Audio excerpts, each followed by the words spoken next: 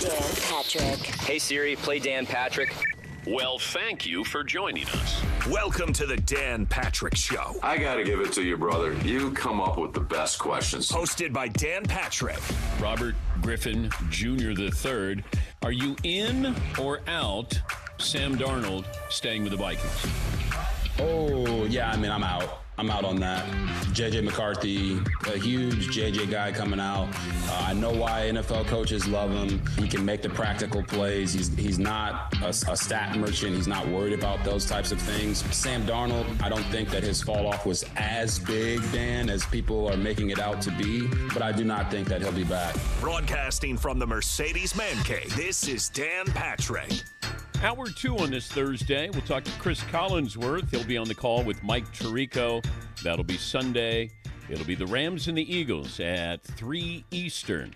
877-3DP-SHOW. Email address, dp@danpatrick.com. Twitter handle @DP-SHOW. Operator Tyler sitting by, taking your phone calls. We will have a new poll question for Hour 2. Say good morning if you're watching on Peacock. Download the app if you haven't done so. Big day today. Big day today, big purchase for me today, and probably not the purchase that maybe we play the game, guess that purchase, but I'm going to have to make you wait, though. Yes, Eden. Is it as big a purchase as Strawberry Quick? It's bigger than that. It is. Okay. Yes. The Strawberry Quick had it this morning. Once again, I hadn't had it in 40 years. And I picked it out 2 days ago, and my wife says, why? And I said, why not? Yes, Todd. Do you remember that little phrase? You can't drink it slow because it's quick. Because it's quick. There you go. Thank you, Todd. He is Chris Collinsworth, who used to be quick. He used to be fast. Collinsworth used to be fast. That was a long, long time ago. How fast do you think you could run a 40-yard dash? Last time I ran a 40-yard dash, my kid got me in the backyard. So we were talking about it. So they were claiming they could beat me, right? And I said, no way. They were teenagers. So this is probably 15 years ago. And so we lined it up. We had time trials. We had the whole thing. And I literally warmed up for a half an hour because I hadn't sprinted forever, right? Warmed up for a half an hour. Came out there, I made it 38 and a half yards before I pulled my hamstring. So I have no idea. I fell across the line. It was the worst moment of all time, but I was only 1.5 yards away from having an official time for you, so I have no idea. Is speed more important than quickness as far as being a wide receiver? I think there's both. I think there's people that Randy Moss obviously could just run by you. Some of these big guys, Terrell Owens, I always thought, I didn't know what his 40-yard dash time was, but it didn't matter. The 40-yard dash really comes down to the first 10 yards. Whoever is the quickest getting off. So a lot of times the smaller receivers can get off the line of scrimmage in that first 10 yards and you get a great time. But what I see out of the league is that a lot of these long-legged 6'4", 6'5" guys that can build up speed, what really matters is when you hit the jets around 25 yards, when you make your move and you're close and now you got to run by those guys. And that's when some of the real stars of the league really emerge, because then it's just like, so that's my support for the tall receivers in the league. But how do you explain Cooper Kupp and Puka Nacua, who aren't 4'4" guys, but they're extremely successful? Well, I think Cooper is, and I love watching him run, and I can't believe I was so stupid. I never thought of any of this stuff when I was playing. But he does a little triple move that is just awesome. So it's like, dun, dun, dun. And then the DBs just get frozen. So it's not like they're fearing him running past him as much as they have no idea which one of these. Isaac Curtis could do that a little bit, Dan. You remember him, my old teammate. And he had this thing that he got from Paul Warfield. And it's interesting that I didn't do it well. But in seeing Cooper, and now he's teaching it to Puka. But Puka, for the most part, I think is a fullback playing wide receiver. When you watch the Rams play. How many early downs start with they just get him the ball in the flat and he runs over somebody and it's 2nd and 3. And so, but he's a tremendous player. And both those guys, the magic of that team has always been the play action, the run game, the bootlegs off of it. But the ability of those two guys to make key blocks. I'm just going back and watching the first Rams-Eagles game, and a lot of the big plays that they had in the running game came from those two guys blocking. Okay, how do the Rams win this game? I think they can. Matthew Stafford has to be great.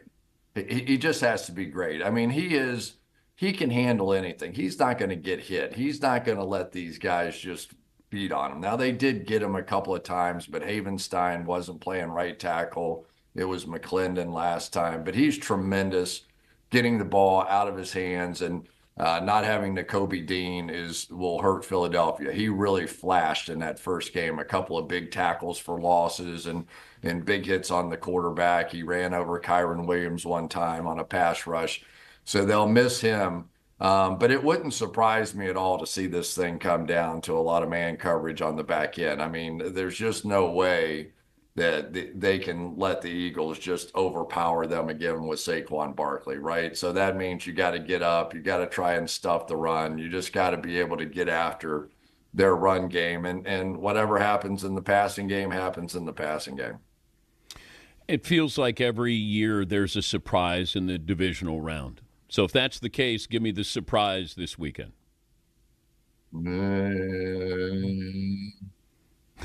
Yeah.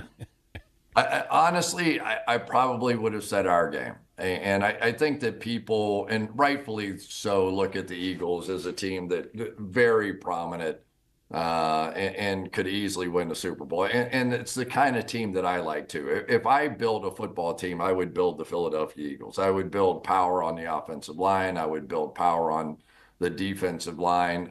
Some of these big guys, Jalen Carter's unbelievable. I don't know that people give him enough credit for what he does. He draws double teams from every team every single time. And if you single block him, he blows you away.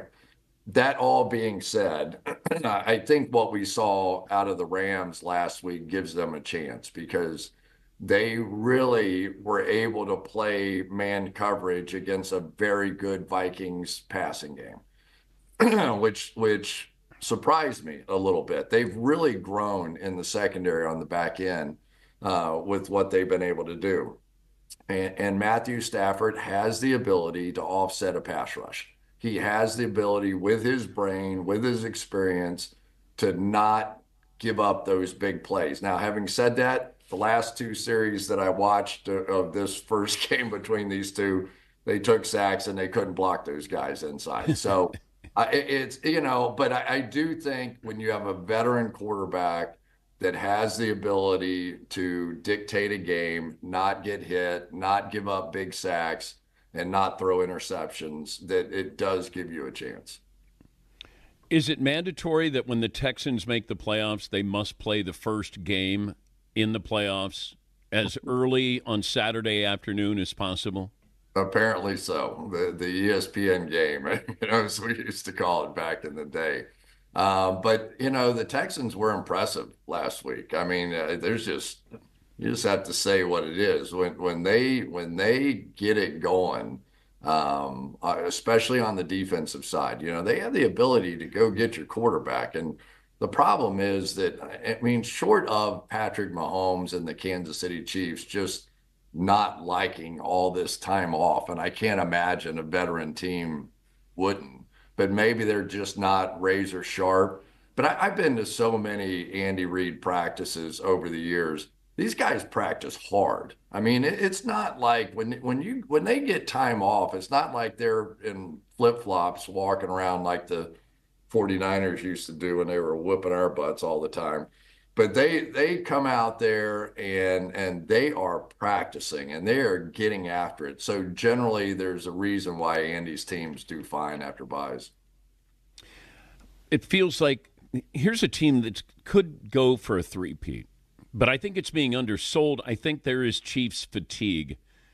with the media that, if you look at the storylines, Chris, we're talking about anything but the Chiefs. Now, granted, it's the divisional round against the Texans, but we're focusing on the Lions, Jaden Daniels, Josh Allen, versus Lamar Jackson. Like we're going out of our way to make sure that we're talking about anything but the Kansas City Chiefs. Why is that? Because they've converted into a defensive team. Not that they aren't capable, but when we've all were overwhelmed watching the Kansas City Chiefs, it was because Tyreek Hill and company, and they were taking the top off and they're throwing bombs, and Mahomes was, it was just insane. They were scoring points all over the place. And it's really not what they are right now. They are still fully capable of doing that, but they got to 15-1 this year because of the way they played defense. And honestly, it was the same thing yesterday or last year, that they really just played great defense. Chris Jones and company in there, those guys, they win the game on the defensive side. And then we remember Mahomes making a play or Kelsey making a play at the end of the game and scoring a touchdown. But you go back to that Ravens championship game last year, I mean, it was a fist fight. It was a violent football game. And I think that's what's missed out of this when you watch Kansas City or when people talk about them is, Philadelphia, I consider a violent football team. I think Kansas City is too. They've got that interior wall inside with those great center and two guards, physically can come off the ball. And defensively, I think they're as good as anybody in the league.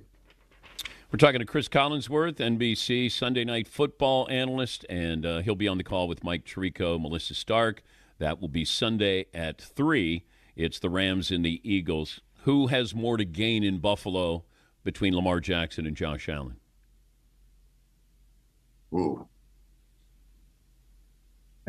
I think that Josh has at least played well in really big playoff games. I mean, the fact that they lost that game to Kansas City that year when he makes that brilliant comeback and with 20 seconds left or whatever it was, Mahomes comes back. That really wasn't on him, right?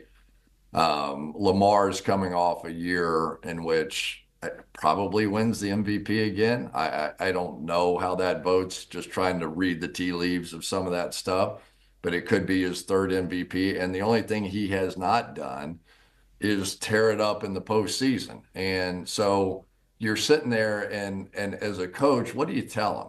It's like, do you tell him, all right, Lamar, let's put the ball in your hands. Let's go. You just be the man. Or do you just say, hey, Lamar, just do what you've done, right? We've got King Henry. Let's be patient. Let's do this. Don't feel like you've got to take it in your own hands. So it's kind of a quandary. So I'm going to say Lamar. I think as great as he has been in the regular season, he kind of needs to stamp it a little bit with a Super Bowl championship. And this team, they're fully capable. More valuable offseason addition, Derrick Henry or Saquon Barkley?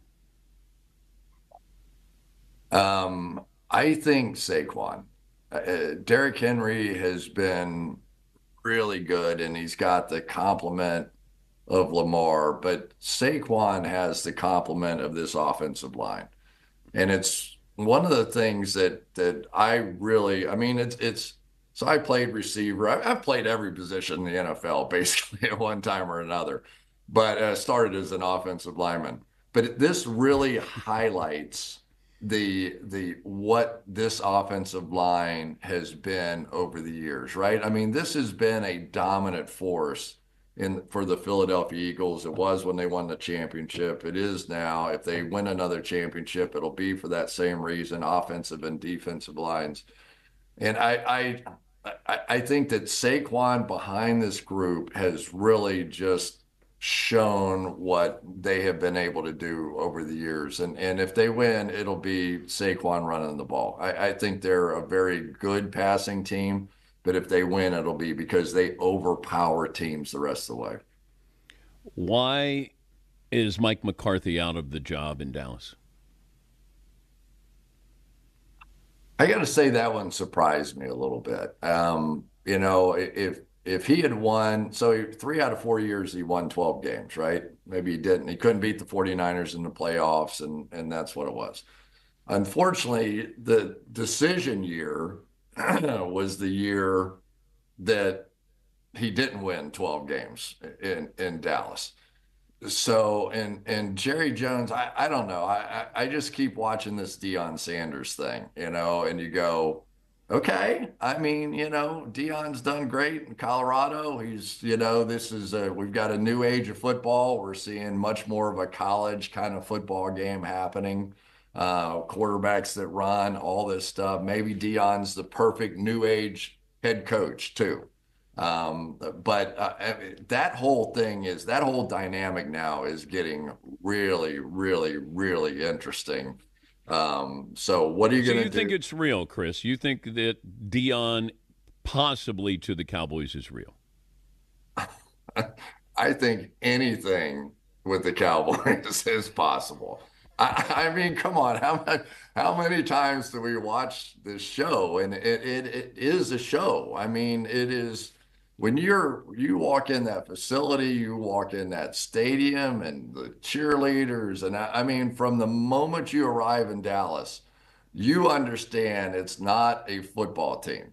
It is a show, and the ringmaster is Jerry Jones, and whatever he really believes sells more tickets to the show and creates more wins, so you sell more tickets to the show. He's going to do it. Do I think Deion can do it? I do. But I'm not sure. But I got to be honest. There's a reason Lamar Jackson was the last player picked in the first round. There were 31 other teams that weren't sure that he was going to be able to do what he's doing. So I'm not saying that Deion can't. We just haven't seen a former player go coach a couple of years in college football and go be head coach of the Cowboys and find a way to make it work with Jerry as the ringleader. So it's everybody that I know that's ever been head coach of the Cowboys, they'll tell you it's different. It's not like being in Green Bay. It's not like being, it's different. There's more to being the head coach in Dallas than just being the head coach. Fill in the blank. Justin Herbert is blank. Extremely talented.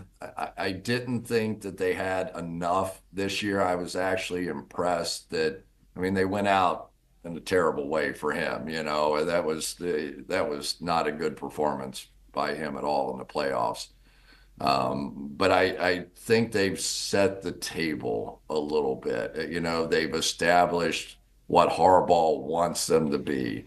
They need help at receiver. They just don't have enough right now to be able to do really what they want. They can't go compete with the Philadelphia Eagles of the world, and just go bang heads in there.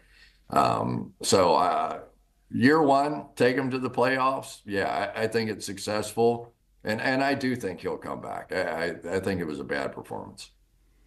Before I let you go, Al Michaels joining us. Al, would you give Chris a little taste of maybe what they used to share? Jackson drops back there, and there he goes. We did that to Al. Seton did his Al Michaels impersonation, and Al goes, do I sound like he didn't like it? But now, whenever you hear him, and there he goes. He has a great way of changing gears, and at the end of it, and he's just about out of breath. Oh,